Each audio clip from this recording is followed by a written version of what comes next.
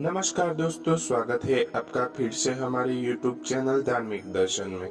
तो दोस्तों, आज हम बात करेंगे श्रीमद् भागवत गीता सार 4 के बारे में। ज्ञान कर्म संसार योग, ज्ञान का योग और कर्म का अनुशासन। चौथे अध्याय में श्री कृष्ण अर्जुन को दिए जा रहे दिव्य ज्ञान के आदिकालिक उद्यम को प्रकट करते हुए उसमें उसके विश्वास को पुष्ट करते हैं।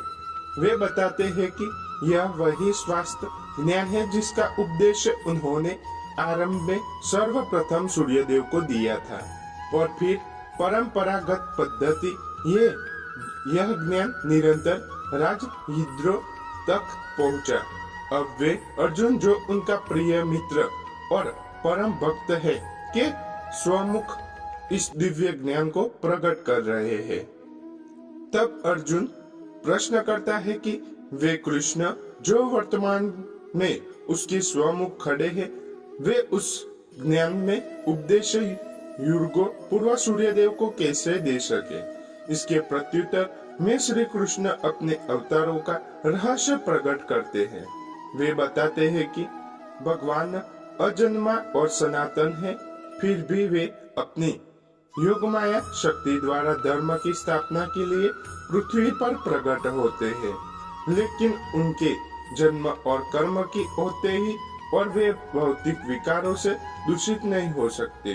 जो इस रहस्य को जानता है, वे अदान श्रद्धा के साथ उनकी भक्ति में तल्लीन रहते हैं और उन्हें प्राप्त कर फिर इस संसार में पुनर्जन्म नहीं लेते।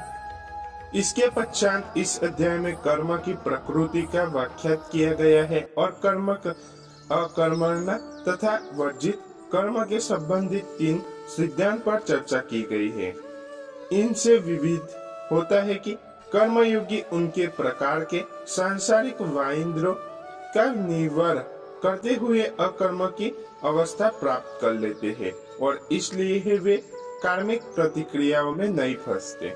तो दोस्तों, वीडियो में आगे बढ़ने से पहले जो आप हमारे YouTube चैनल धार्मिक दर्शन में नए हैं, तो चैनल को सब्सक्राइब कर बेल आइकन जरूर दबाएं।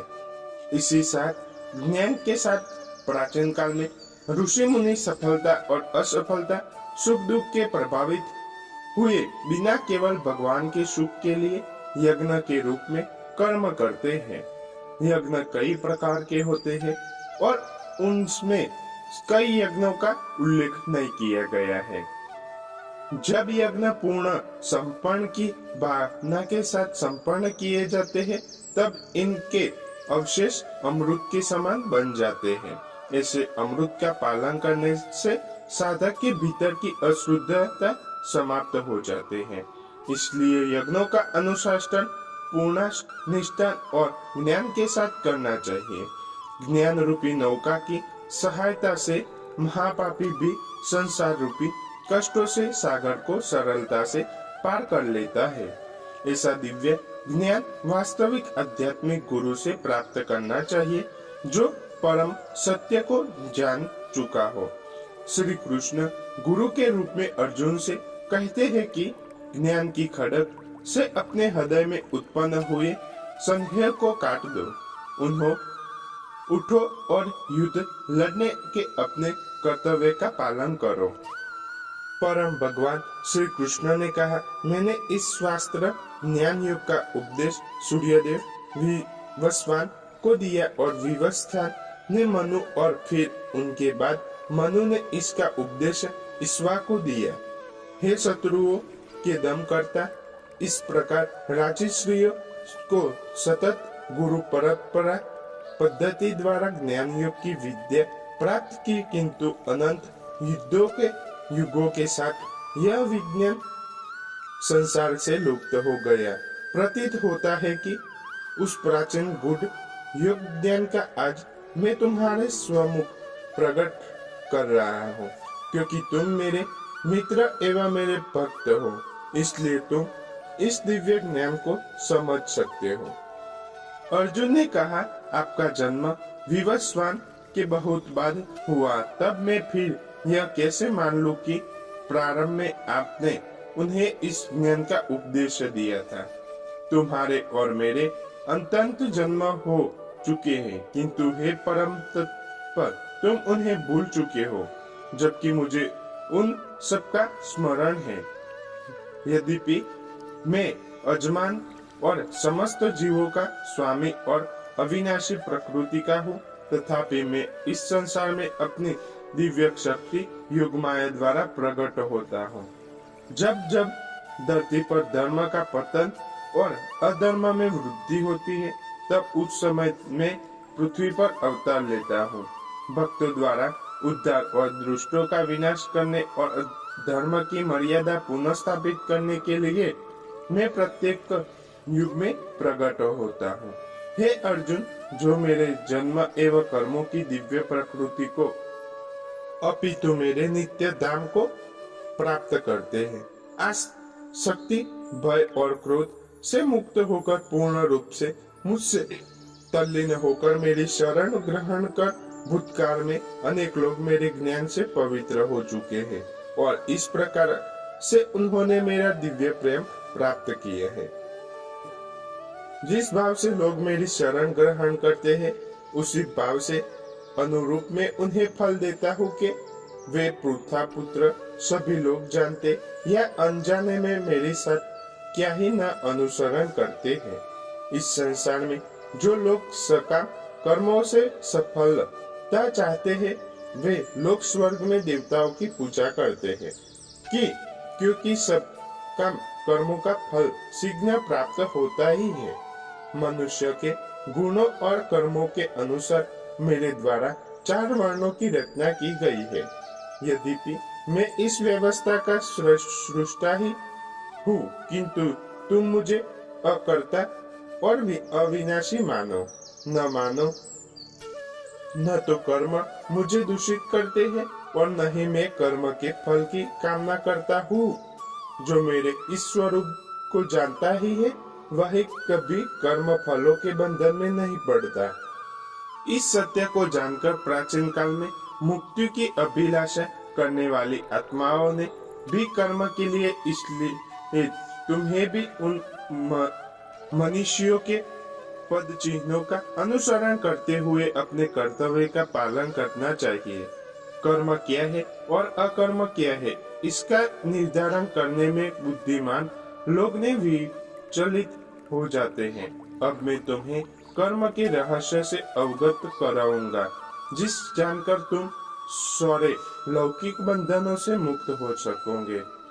तुम्हें सभी 3 कर्मों, अनुमोदित कर्म, विकर्म और अकर्म की प्रकृति को समझना चाहिए कि इसके सत्य को समझना गहन और कठिन है। वे मनुष्य जो अकर्म में कर्म और कर्म में अकर्म को देखते हैं, वे सभी मनुष्य के बुद्धि होते हैं। सभी प्रकार के कर्मों में प्रवृत्त रहकर भी वे योगी फैलाते हैं और अपने सभी कर्मों में परंपरागत होते ही है। जिन मनुष्यों में कि समस्त कर्म सांसारिक सुखों की कामना से रहित हैं, तथा जिन्होंने अपने कर्म फलों को दिव्य ज्ञान की अग्नि भस्म कर दिया है, उन्हें आत्मज्ञानी सत्य बुद्धिमान कहते हैं। अपने कर्मों के फलों की आसक्ति को त्याग कर ऐसे ज्ञानजन सदा संतुष्ट रहते हैं और बाह्य आश्रयों पर निर्भर नहीं होते। कर्मों में संलग्न रहने पर भी वे वास्तव में कोई कर्म नहीं करते।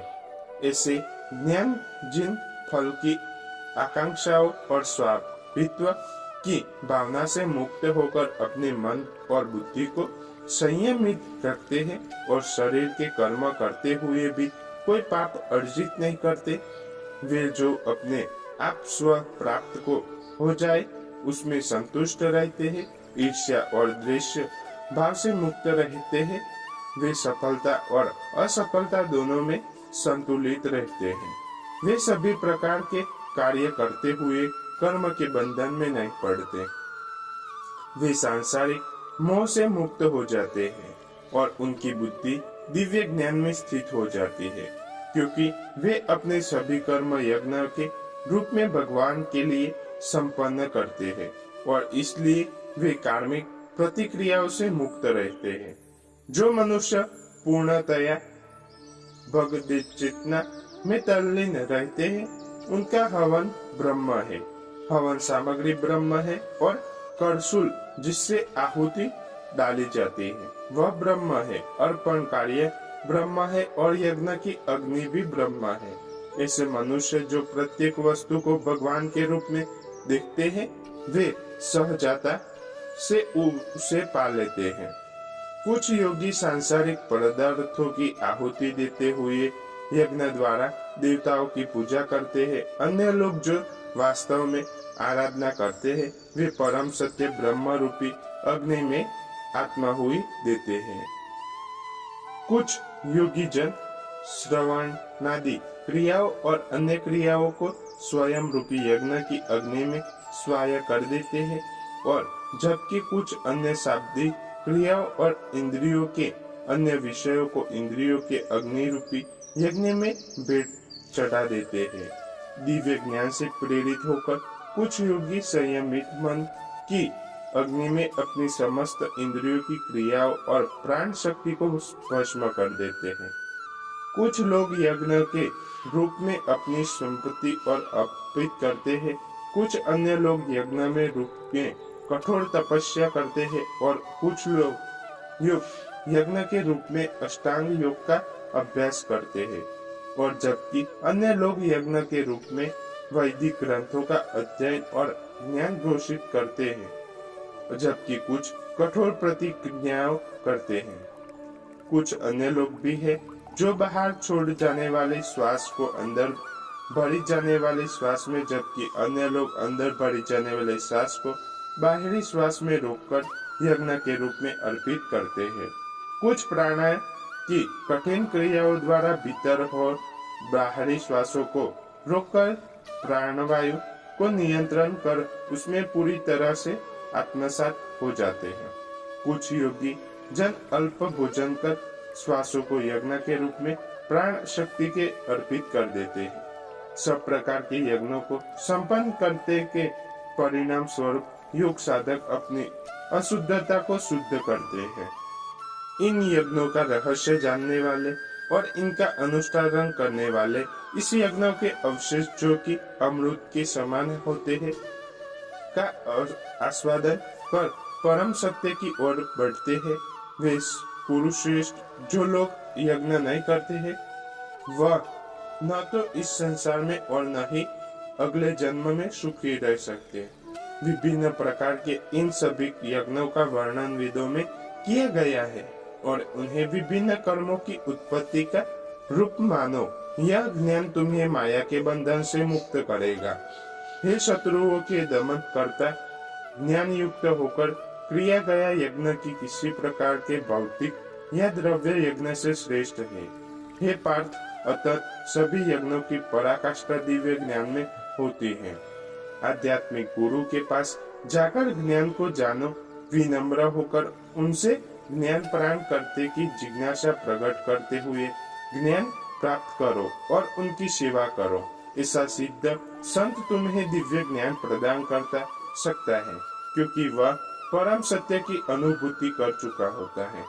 इस मार्ग का अनुसरण कर और गुरु से ज्ञान अवस्था प्राप्त कर पर हे अर्जुन, तुम कभी मोह में नहीं पड़ोगे, क्योंकि इस ज्ञान का से प्रकाश तुम्हें यह देख सकोगे कि सभी जीव परमात्मा का अंश है और जब मुझसे स्थित है।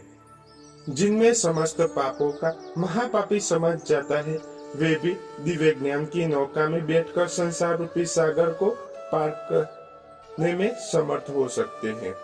जिस प्रकार प्रज्वलित अग्नि लकड़ी को स्वाह कर देती है, उसी प्रकार से हे अर्जुन, ज्ञान रूपी अग्नि भौतिक कर्मों के प्राप्त होने वाले समस्त फलों को भस्म देती है। इस संसार में दिव्य ज्ञान में समान कुछ भी शुद्ध नहीं है। जो मनुष्य दीर्घकालीन योग के अभ्यास द्वारा मन को शुद्ध कर लेता है, वह उचित समय पर हृदय में इस ज्ञान का आस्वादन करता ही है। वे जिनकी श्रद्धा अज्ञाता है और जिन्होंने अपने मन और इंद्रियों पर नियंत्रण कर लिया है, वे दिव्य ज्ञान प्राप्त कर लेता है। इस दिव्य ज्ञान के द्वारा शीघ्र ही कभी न समाप्त होने वाले परम शांति को प्राप्त कर लेते हैं। किंतु जिन अज्ञानी लोगों में न तो श्रद्धा और न ही तो ज्ञान है और जो संदेहास्पद प्रकृति के होते हैं, उनका पतन होता है। संदेहास्पद जीवात्मा के लिए न तो इस लोक में और न ही परलोक में कोई सुख है।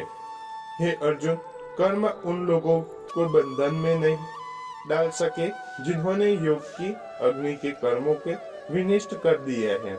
वास्तव में आत्मज्ञान में स्थित हो जाते हैं। अंत तुम्हारे हृदय में अज्ञानतावश जो संदेश उत्पन्न हुए हैं, उन्हें ज्ञान रूपी शस्त्र से काट दो। हे भारतवंशी अर्जुन, स्वयं को योग में निष्ठ करो, उठो, खड़े हो जाओ और युद्ध करो।